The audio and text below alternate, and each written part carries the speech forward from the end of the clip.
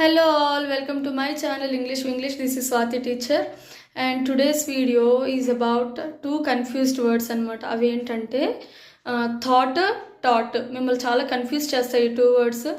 Thought అంటే ఆలోచన, taught అంటే పాస్ట్ టెన్స్ ఆఫ్ టీచ్ అనమాట. అంటే ఇది మా టీచర్ ఇది టీచ్ చేశారు అని చెప్పడానికి టాట్ అనే వర్డ్ వాడతాము.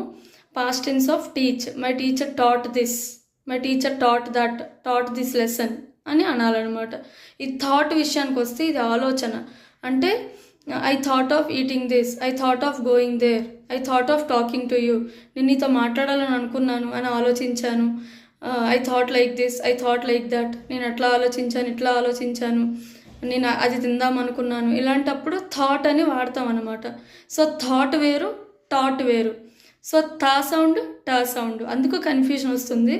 సో పిల్లలు, మీరు టీచరు ఇది చెప్పారు అది టీచ్ చేశారు అన్నప్పుడు టీచర్ అని అనకండి, ఈడీ యాడ్ చేసి. మొన్న బై బాట్ గురించి చెప్పాను కదా, బైడ్ అనేస్తారు మీరని. సేమ్ ఇందులో కూడా అంతే.